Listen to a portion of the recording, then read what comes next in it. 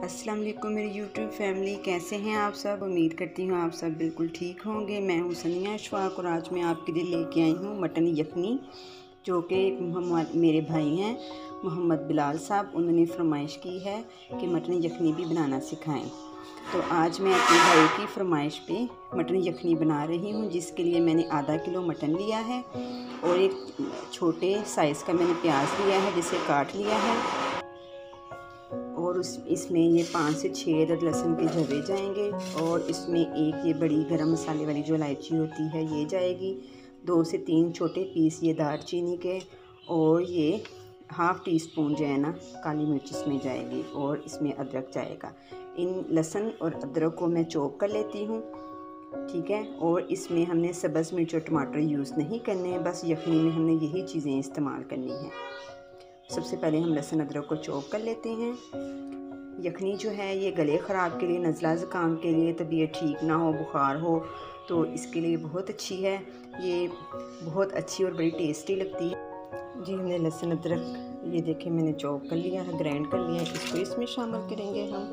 प्याज शामिल कर दिया, लहसुन अदरक शामिल कर दिया, और इसमें हम अपना गोश्त ऐड कर देंगे। और इसमें मैंने ली है 1 टेबल स्पून नमक लिया, हाफ़ टी स्पून हल्दी पाउडर लिया, और हाफ़ टी स्पून ही मैंने रेड चिली लिया है। इसको हम शामिल कर देंगे।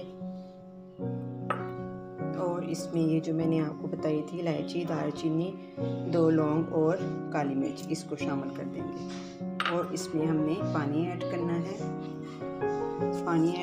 हमने तकरीबन 1.5 kg पानी, ज़्यादा पानी जाएगा इसमें। और इसको हम अब लगा देंगे वेट।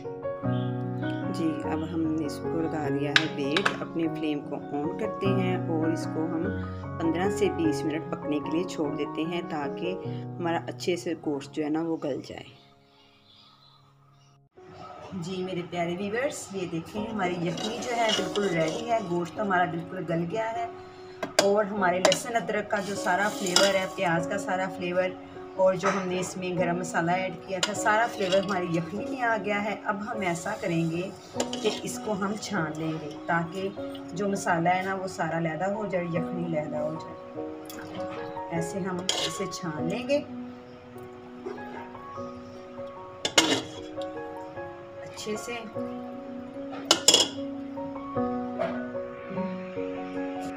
जी, अब ये हमारी यखनी बिल्कुल रेडी है, गोश्त हमारा गल गया है। अगर आप चाहें तो गोश्त के पीस को रेशा रेशा करके भी यखनी में आप ऐड कर सकते हैं, नहीं तो आप ऐसे भी, मैंने ज़्यादा बड़े पीस नहीं लिए, छोटे पीस है मेरी बोटी के, इसलिए मैंने रेशा रेशा नहीं किए। आप चाहें तो इसको रेशा रेशा करके इसमें यखनी में ऐड कर सकते हैं। और अपने टेस्ट के हिसाब से अगर आपको मिर्च कम लगे तो आप इसमें काली मिर्च जो ऊपर से वो भी छिड़क सकते हैं, बड़ी अच्छी लगती है वो भी। थोड़ी सी ऊपर छिड़क दें, ठीक है।